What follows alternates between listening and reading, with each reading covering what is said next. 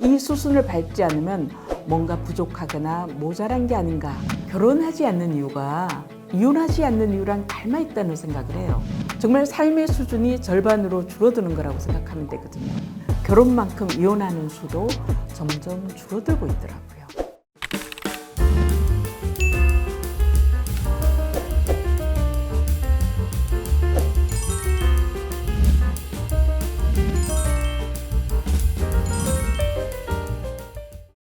안녕하세요. 변호사 이명숙입니다. 결혼을 해야 된다, 하지 않아도 된다.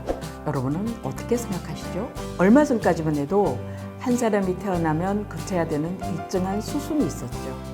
어린이집, 유치원을 거쳐 초, 중, 고등학교 다녀야 되고요. 대학을 졸업하고 나면 취직해야 되고, 취직하면 결혼하고, 결혼하면 출산해야 되고, 이것이 마치 하나의 인생 공식처럼 연결되어 있었죠. 이 수순을 밟지 않으면 뭔가 부족하거나 모자란 게 아닌가라고 생각하기까지 했었고요. 특히 결혼에 대해서는 그 잣대가 더 엄격해서 결혼 정년기라는 게 있었고요. 그 결혼 정년기에 해당되는 결혼할 나이가 되면 당연히 결혼해야 되고, 결혼하지 않으면 노처녀, 노총각이라고 불려지곤 했죠. 심지어 독신주의자, 동성애자, 페미니스트, 카사노바라는 이야기를 듣기까지 했습니다. 참 잘못된 시선이고 편견이었죠. 하지만 이제는 세상이 바뀌었고요. 시대가 변했습니다. 결혼은 필수라고 하던 그런 고정관념이 사라졌고요. 이제는 결혼은 선택이라는 생각이 널리 자리 잡게 된 거죠. 오죽하면 노래 가사까지 그런 이야기가 나올 정도니까요.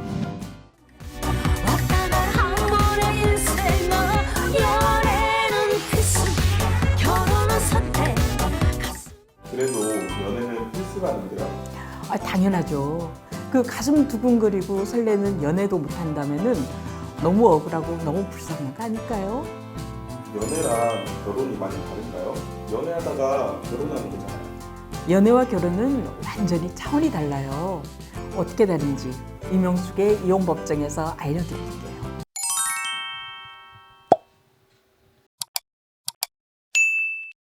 지난 10년간 혼인 건수 변동을 보면 혼인율이 점점 떨어지고 있는 거 알 수 있을 거예요. 도대체 결혼은 당연히 해야 되는 사회에서 왜 이렇게 결혼 건수가 줄어드는지 궁금하지 않으세요? 결혼을 하지 않는 이유야 많겠지만 최근에 주목할 만한 조사가 하나 있더라고요.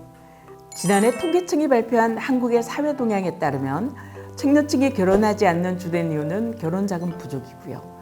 40대 이하는 결혼의 필요성을 느끼지 못함, 50, 60대 이상에서는 직업이나 고용 상태의 불안정, 이것이 상대적으로 높았다고 합니다.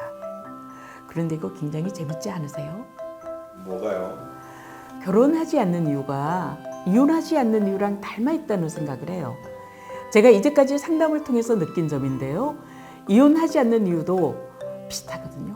뭐니 해도 머니가 가장 큰 것 같더라고요. 재산 분할을 하게 되면 재산이 반으로 나눠지니까 가난해지는 거잖아요. 30평에 살다가 15평으로 줄여야 되는 거고, 통장에 10억이 있었다면 5억으로 나눠줘야 되는 거니까 정말 삶의 수준이 절반으로 줄어드는 거라고 생각하면 되거든요.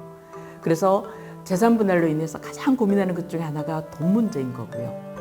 두 번째는 여태까지 참았는데 굳이 이제 와서 라고 하는 필요성을 별로 느끼지 못해서인 거고요. 그리고 이혼하고 나서 일정한 수입이 없는 분이라면은 수입이 고정적으로 들어올 수 있는 수입이 없는데 나 어떻게 살아갈까? 라는 장래에 대한 불안함, 이런 것들이 가장 큰 이유거든요. 지난 10년간 우리 사회의 이혼한 수에 대한 통계인데요. 결혼만큼 이혼하는 수도 점점 줄어들고 있더라고요. 이 통계치와 제 상담 경험에 비춰볼 때 결혼도 돈이고 이혼도 돈이고 모두 돈이거든요.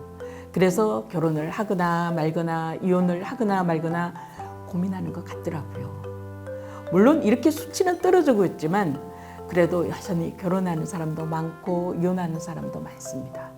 그래서 이혼 전문 변호사인 저도 이 자리에서 여러분을 만날 수 있는 거고요.